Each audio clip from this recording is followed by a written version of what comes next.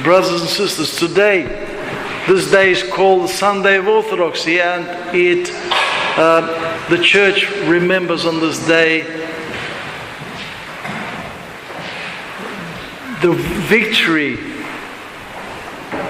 and restoration of icon veneration after a long period of persecutions which went on through most of the 3/4 of the 8th century and then a couple of decades in the 9th century, right?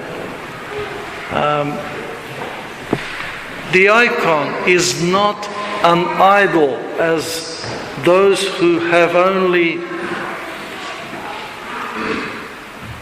carnal vision, those say, put it that way.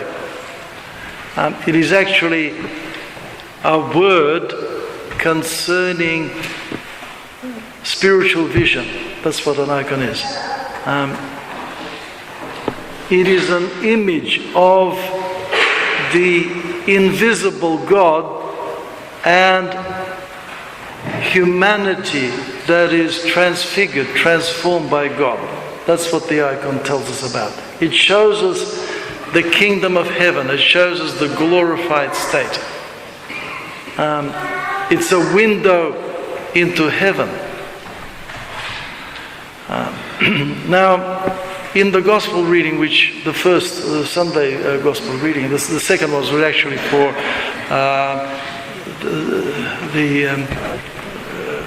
John the Baptist, who's celebrated today as well. In the first reading, we hear how Philip tells his friend Nathaniel, "Come and see."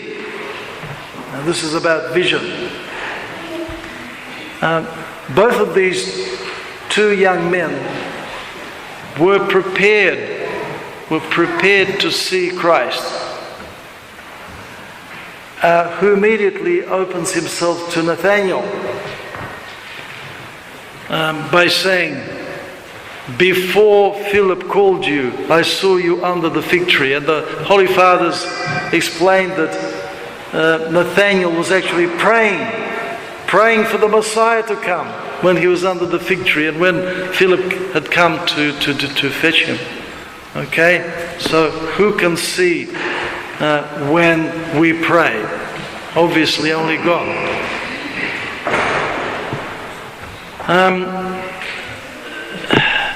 But before the Lord said this, he said something as Nathaniel was coming up, as his friend was bringing him. He said to the people around him, "Here is truly an Israelite in whom there is no deceit."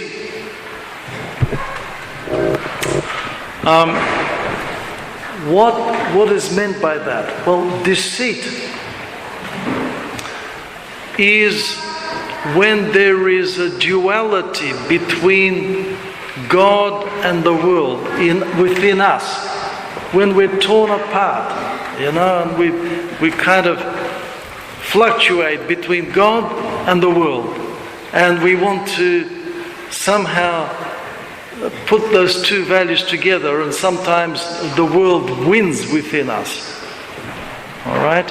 So that duality is called by Christ deceit. And I said to you last week that we should use the time of Great Lent to delve deeper into ourselves and to understand who we are, so that we understand where our deceit is. All right? Where our persona, our facade, our artificiality, what that is and what the real person is. But Nathaniel didn't have that. He was straight. He didn't have that duality, that contradiction within himself.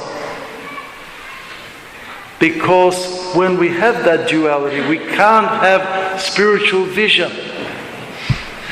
we go down to carnal vision and carnal mind, as the Holy Father said. Now we have covered the first week of Great Lent. This is the journey, the first week of our journey towards the resurrection of Christ. And if we truly seek that meeting the same way that these two young men sought the Christ, the Messiah, then we have to prepare ourselves in the same way that they were prepared through that yearning for that meeting. And we have to indicate our yearning by making a bit of an effort to overcome that duality, to struggle a bit with the effort of prayer and fasting, which opens abundantly to us in these weeks before Easter.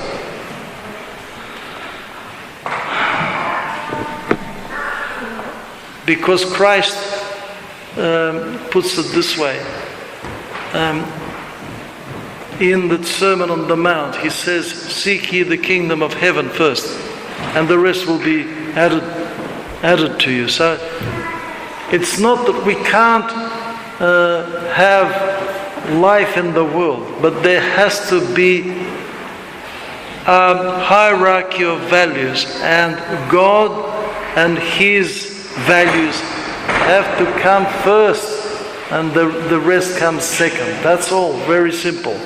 But when we are not sure where our heart is, and as I said, we fluctuate between the two, that is the problem. That causes that deception.